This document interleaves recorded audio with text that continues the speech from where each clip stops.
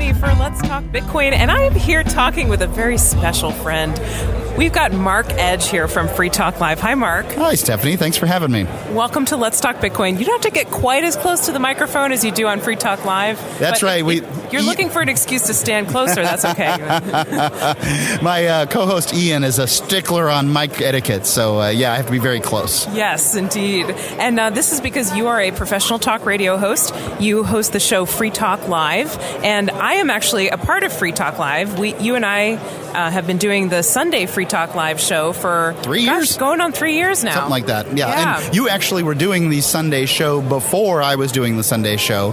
The Sunday show existed for, I think, maybe a year and a half before that as an online-only thing. So when we decided to swipe the Sunday show that had been sort of created by some, just other activists in the area, I took you along. Yes. Yeah. I'm glad I went along for the ride because it's been really fun. Yeah. And Free Talk Live is a nationally syndicated show. Like we said, it's been on the air for 10 years, over 10 years. Yep, actually. We're on 140 radio stations around the country. Mm-hmm. And you also have a popular podcast, and website is freetalklive.com if anyone wants to check that out. That's right. And we do a open lines current events program that has a liberty theme to it. Yeah, that's the thing about Free Talk Live. People can call in about anything. It's primarily a call-in show. Yeah, and we happen to have talked about Bitcoins before anybody, I think, just about out there. That's the reason I wanted to have you on Let's Talk Bitcoin, because Free Talk Live is the way that I first found out about Bitcoins, and you and your partner Ian there you were the first talk radio show to talk about Bitcoin, and you really exposed a lot of people to it. Well, what happened was we have this program. It's called the Amplifier Program. People pay $5 a month to get an ad-free version of Free Talk Live, and we're happy to provide that. And there's hundreds of those people. And if amplifiers get special treatment, I mean, these are special people. They're paying us, for goodness sake. And so one of the amplifiers said that he wanted to have a meeting to talk about an alternative currency. Now, we talked about alternative currencies a lot, and they're always failures. It's always this disaster or that disaster prior to us hearing about Bitcoin. So this guy wants to talk to us about Bitcoins. He wants to have lunch, and this doesn't happen too often that somebody's like, well, let's have lunch. All right, you want to drive up to Keene, New Hampshire, we'll have lunch with you and talk about your magic internet money. And so this guy comes up. His name's Gavin Andreessen. Now, for those who know anything about Bitcoin, this is the head developer of Bitcoin. I think that may have stepped down from that role a little bit recently, but I don't know for sure. Anyway, Gavin Andreessen wants to have lunch and talk about his magic internet money, and in the conversation, I begin to understand the value of Bitcoin, but I'm skeptical because everything's failed up to this point. There's a gold credit card, and you can spend gold like you're spending cash. And, if you've been a libertarian for a while, you've seen it all. E-gold, the whole people trying to use silver to buy a sandwich at PorkFest, the whole shtick. Yes, exactly, and and it's always complicated and convoluted. But I support alternative currencies 100%, and so I listen to him and I tell him, well, I'll tell you what. We have a podcast audience, large podcast audience, that would probably be interested in this. If you want to do some ads, I'll sell you some podcast ads, low price for your magic internet money.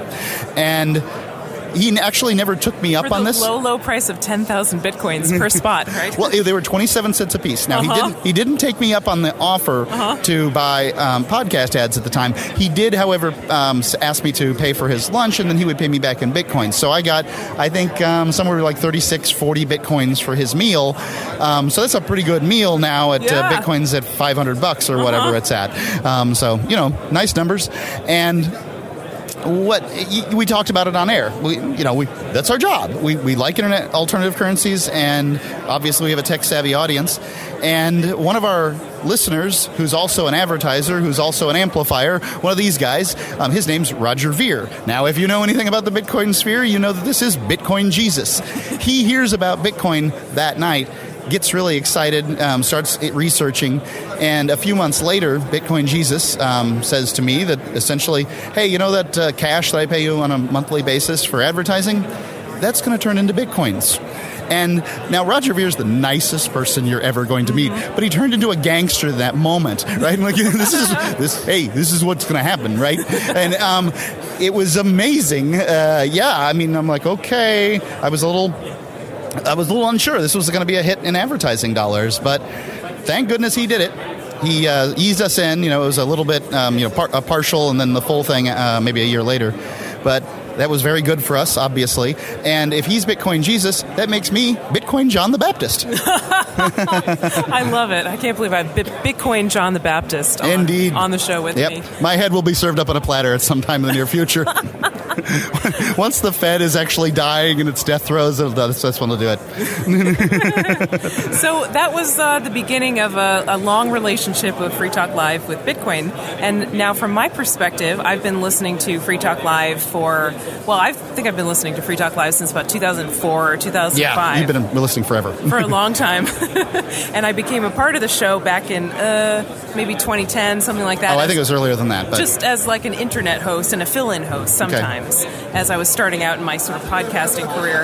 And so I was listening to the show daily, and I heard you talking about Bitcoins. And for a while, I was like, this sounds really interesting, but, I'm not really sure about this. I guess, They were hard to get back then, too. It wasn't easy to get Bitcoins. Exactly. I was thinking about, maybe I should get some Bitcoins, but then, you had to go on Mt. Gox, and you had to, send them money. And right. They wanted your, they wanted a power bill from your house. They wanted, all kinds of it. Photocopy your ID and send it to us. Are you kidding me? Yeah. I don't know what happens when you do that.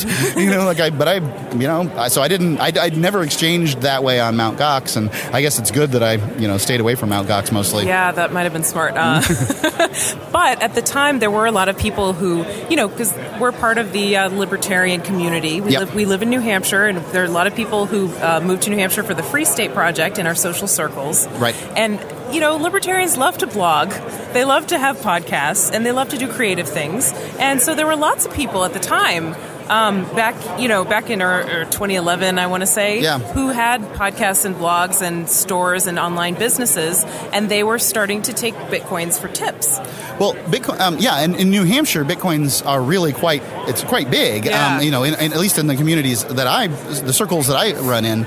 As a matter of fact, when we saw when Overstock.com switched to Bitcoins, New Hampshire was the number one place in the United States, at least on a map I saw, that sent Bitcoins in, and it's indicative of how there's a lot of lineage of Bitcoin going on in New Hampshire. So, for instance, I back in I think 2011 bought a sandwich with a Kazacious coin, one of the ones that had the bad minting on it. Oh, you mean the ones that are worth like $20,000 on eBay? Yeah, those things. I bought one a sandwich with one of those and got some change from Mandrick, Georgia's famous baklava. Yeah. And this is how the community works. I buy and sell.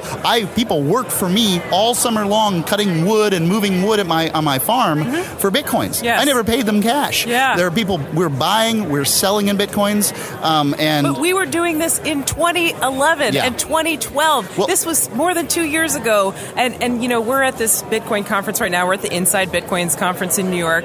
But this is what I want people to get, is that there was a vibrant, real Bitcoin economy in New Hampshire among free staters when Bitcoins were, 27 cents to $6 to below $10. All you could do with them at the time on the internet was basically buy alpaca socks, some baklava, some chickens, baklava, and web hosting services. That's all you could do with them there. Yeah. But we were using them and exchanging them because they were viable at that point. Yeah. I was using Bitcoin Spinner, which I don't even know if that thing exists anymore. Oh gosh, me too. Yeah, I remember Bitcoin Spinner. You didn't want to lose your phone there. Yeah.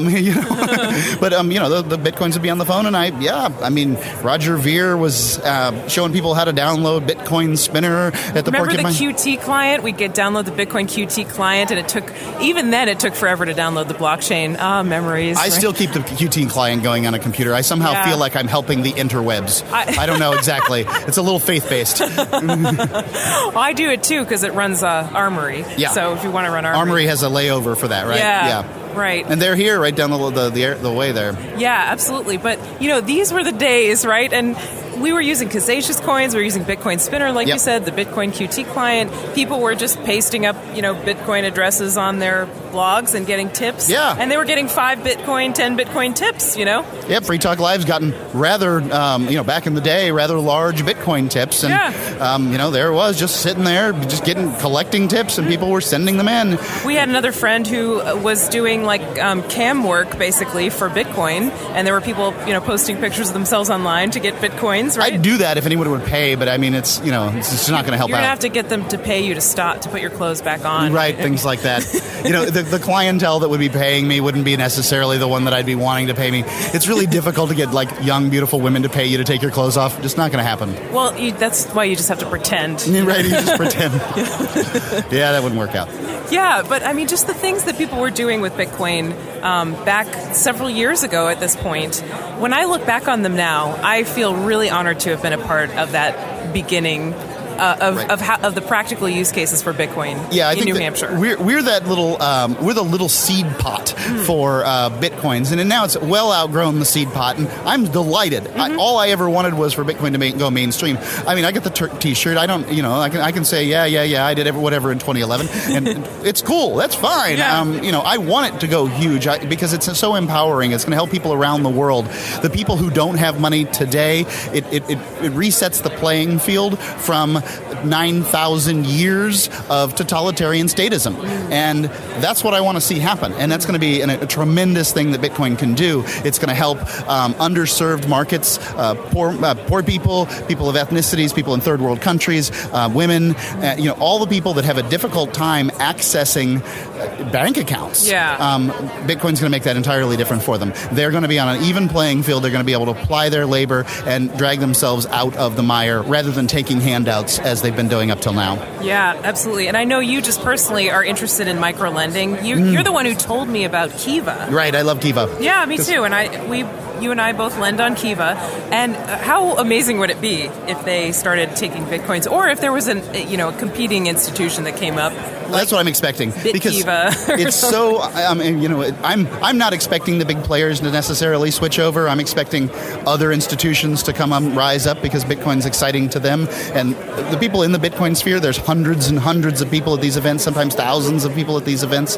And every one of these people is excited and doing something. Yeah. And, you're talking Everybody's to got a project. Yep, some young college kids, and, this is what I want to do. You're like, I don't think that's going to work. But it takes people that fail to for people to have success. Oh, yeah. Yep. So, I mean, I'm thrilled with what's going on with Bitcoins. Yeah, totally. And so I just, Mark, I want to thank you for introducing me to Bitcoin. You're welcome. And those stories are just so cool. One of the ones that I like to tell, and I think this has been on the show before, but is when Gavin actually said he purchased like 10,000 Bitcoins for like $50, and he was running the Bitcoin faucet. Yes. This was back years and years ago, and you could go to this website and get 5 Bitcoins as long as you put in a Bitcoin address. Yep, and can you imagine if people held on to them? Some people did. I know I went into the faucet and I don't know what I got. It seemed like it was less than 5 Bitcoins, but I went to that faucet and I got some Bitcoins, and I funded my account. I put it in my mybitcoinwallet.com account, and it summarily a few months later got hacked. Oh, yeah, My Bitcoin. I remember that. Yep. Was it My Bitcoin Wallet? That's when we all learned the painful lesson of don't keep your Bitcoins in third-party web wallets. Yeah, thank goodness that we learned that that lesson, because now other people don't have to learn that lesson. Every bump in the road, we're going to have to get the carriage is going to have to get jostled, and we have to learn these things. Yeah, absolutely. So Free Talk Live is on 7 nights a week. You, Mark, are on 6 nights a week. That's right. There's kind of a rotating schedule of hosts. You and Ian are both on 6 nights per week. Right. And most of them overlap, but one night doesn't overlap. And so on Sunday night, you are on, Ian is not on. That's correct. And I am on with you. That's correct. You were my co-host on that evening. That may have been a little more confusing than it needed to be. You're my Sunday show co-host. Yes. There we go. So you can hear Mark and I together on the radio on freetalklive.com. You can listen on the internet, or you can check the local radio affiliates there. And we talk about anything and everything on Free Talk Live. And Bitcoins are still a frequent topic of conversation on I'm Free Talk Live. Delighted about Bitcoins. I think it's going to change the world.